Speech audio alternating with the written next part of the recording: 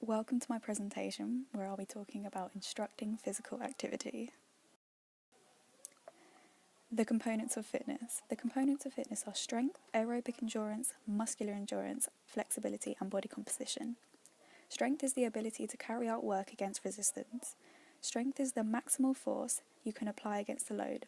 Training to improve muscle strength includes weightlifting, otherwise. The components of fitness. The components of fitness are strength, aerobic endurance, muscular endurance, flexibility, and body composition. Strength is the ability to carry out work against a resistance.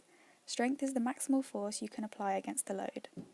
Aerobic endurance, or cardiovascular endurance, aerobic fitness, or stamina, is the ability to exercise continuously for extended periods without tiring. Muscular endurance is the ability of a muscle group of muscles to sustain repeated contractions against a resistance for an extended period of time. Flexibility is the capacity of a joint or muscle to move through its full range of motion. Body composition is used to describe the percentages of fat, bone, water, and muscle in the human bodies.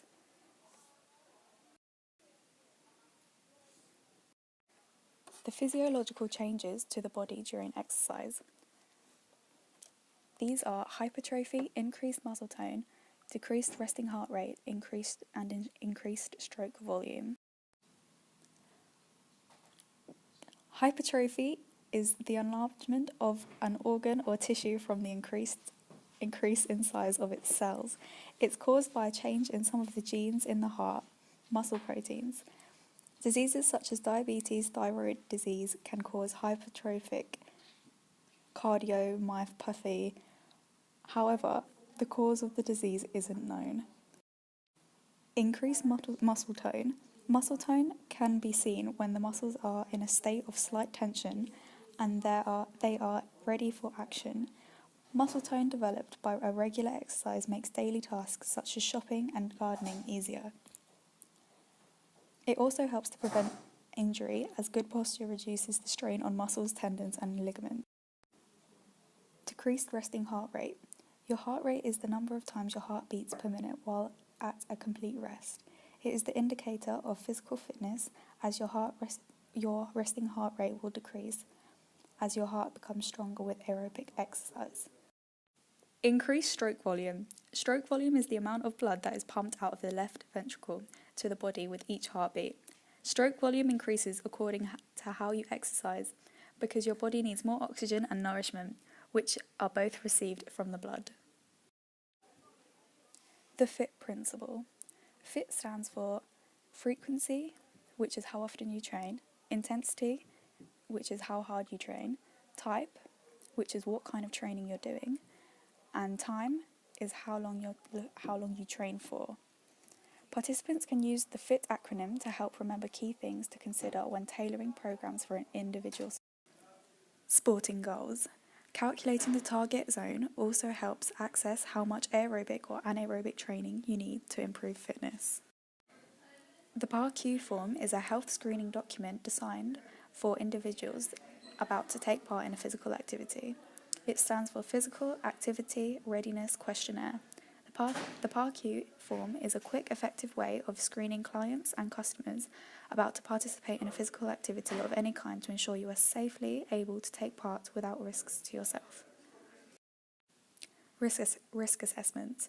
Risk assessments are simply a careful examination of what could cause harm to people. We do them so that you can assess whether you have taken enough precautions or need further precautions to prevent harm from occurring. This is an example of a risk assessment. Minimizing participant injuries. The main purpose of the informed consent process is to protect the patient. A capable adult cannot be forced to have any type of medical treatment. In general, anything other than a life-threatening emergency in which the patient is unconscious or requires consent before treatment. The elements of informed consent document. The informed consent form signed by the subject needs to be tailored to the specific project that it relates to. The document should include the following elements: an explanation of the purposes of the project, a description of the procedures that will involve the subjects, including the time and commitment, identification and description of any risks or discomforts, benefits that can be reasonably foreseen, as well as any arrangements for treatment in the case of injury.